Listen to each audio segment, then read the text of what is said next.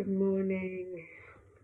You know what I find really beautiful is just how when you immerse yourself in the word, how it can take you on this journey and reveal things to you that just are so full of truth and just connect you like right here. It's like hits you. So I started off this morning reading from Matthew 7:26 to 27, and it really talks about the end of Jesus' Sermon on the Mount, where he's saying that after everything that you've heard in the sermon, you have a choice. You can either build your life on the rock of my firm foundation, um, and you know what, you're going to be able to weather the storms if you do, because life is full of them. Um, if you build your life on the wrong foundation, like sand, um, when testing times come, you just fall apart.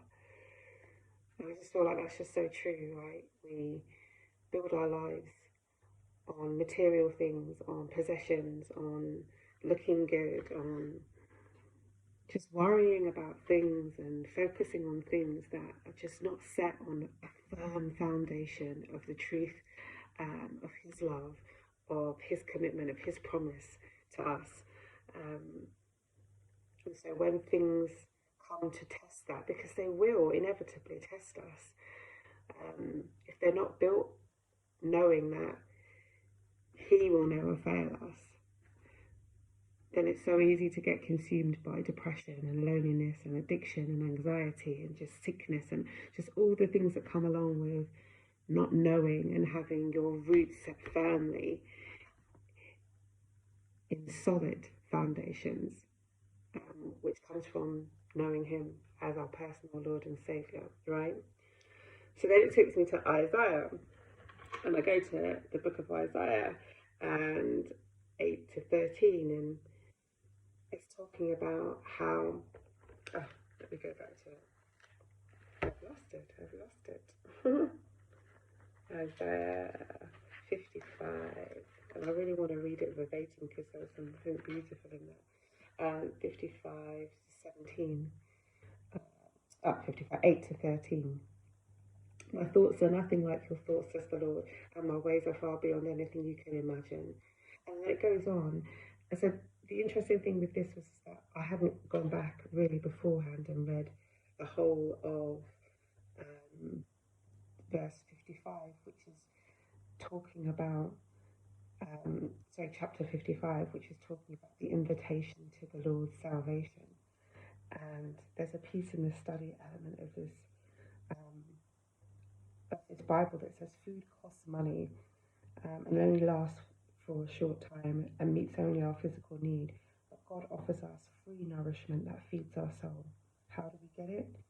We are to come, listen, seek, and call on God. God's salvation is freely offered, but to nourish our souls, we must eagerly receive it. We will starve spiritually without this food, as surely as we starve physically without our daily bread.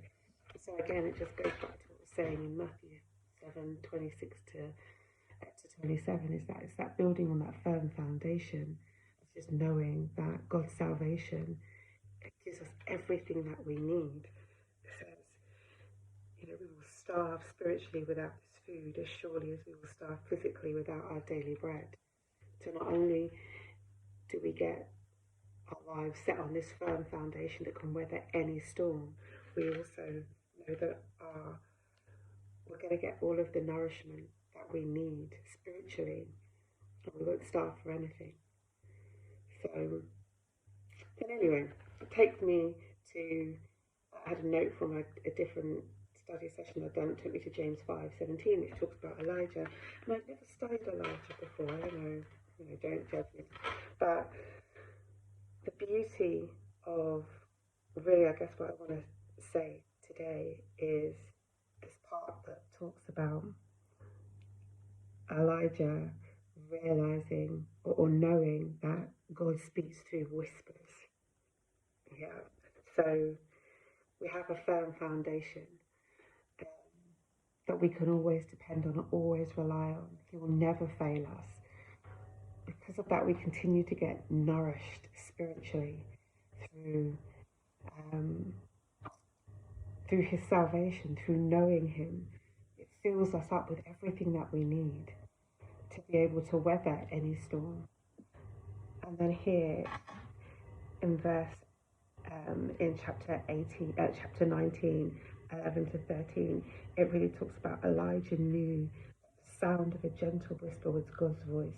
He realized that God doesn't reveal Himself only in powerful, miraculous ways. To look for God only in something big like rallies, churches, conferences, highly visible leaders. Maybe to miss Him because He is often found gently whispering in the quietness of a humbled heart. Are you listening to God? Step back from the noise and activity of your busy life and listen humbly and quietly for His guidance. It may come when you least expect it. And I just want to really close with that today.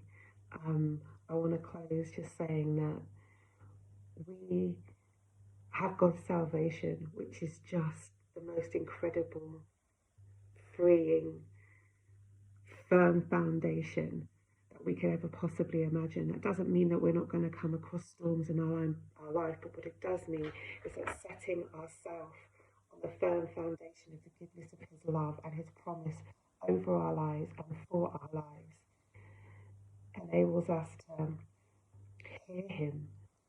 And when we hear Him, let's remember and remind ourselves that it doesn't need to be big and miraculous.